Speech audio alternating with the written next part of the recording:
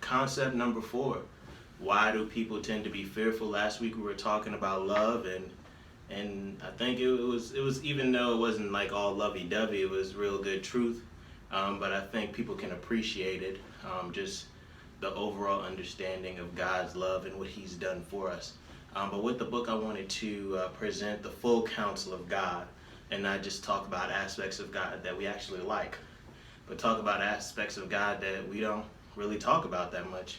And in this one, we're talking about fear, and like with most of the concepts, I want to, and I think as we've done them, Brent has kind of like, just for clarity, we kind of divide them secular or sacred, if you want to do it that way. So I kind of look at it from an evolutionary standpoint, and trying to see how does fear fit into an evolutionary worldview, and then kind of again present my take, or rather scripture's take on fear. And so we're not going to hold you guys up. We're going to jump right into why do people tend to be fearful. Brent, how you doing? I'm doing well, man. Good to be back.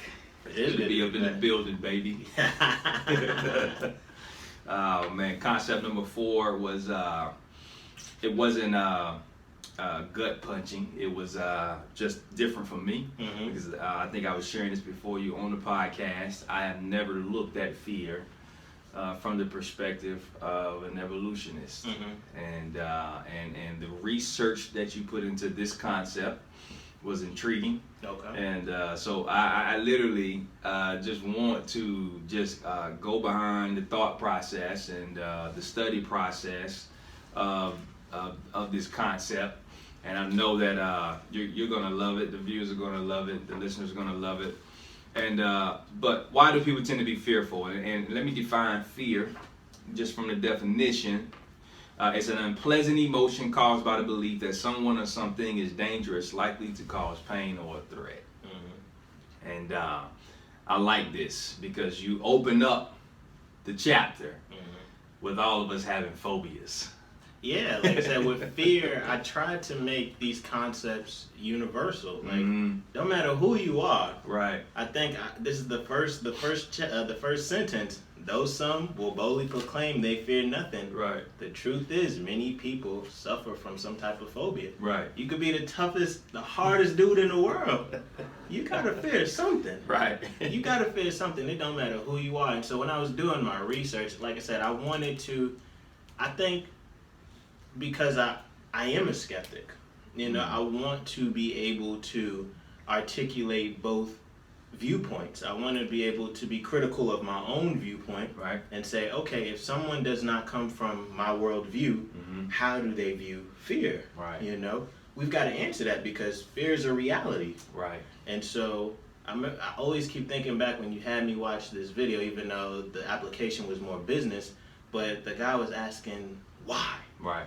Why? And why is a good question. I think sometimes we can get annoyed by it, but I think sometimes we ought to say why. Yeah.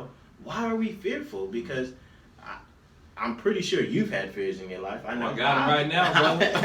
I've had fears in my life, but why do we have this? And so I try to just view it from just a worldview that's different from mine, and the worldview that I'm referring to is just an evolutionary worldview.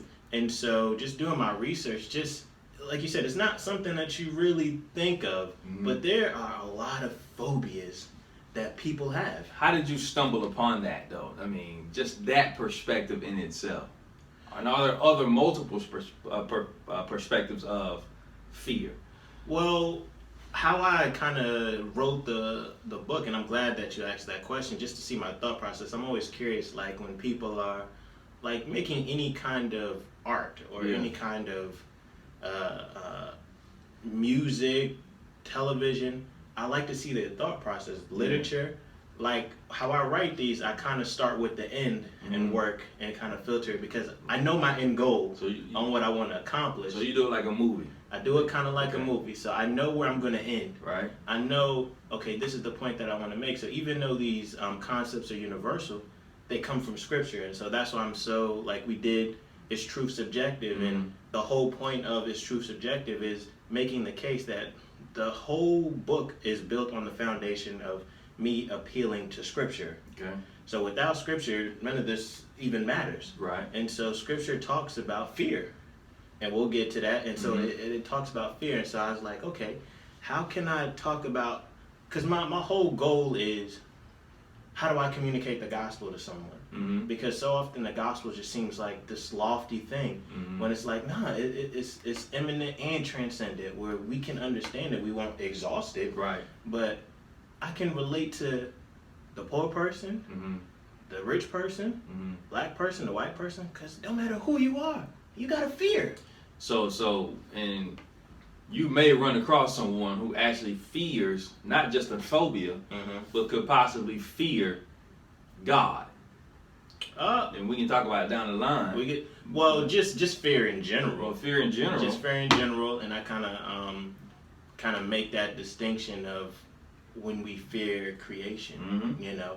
And so we have fears, and so it's just causing you to just think, like you said, from a different perspective. On, okay, we do have fears. Why do we have fears?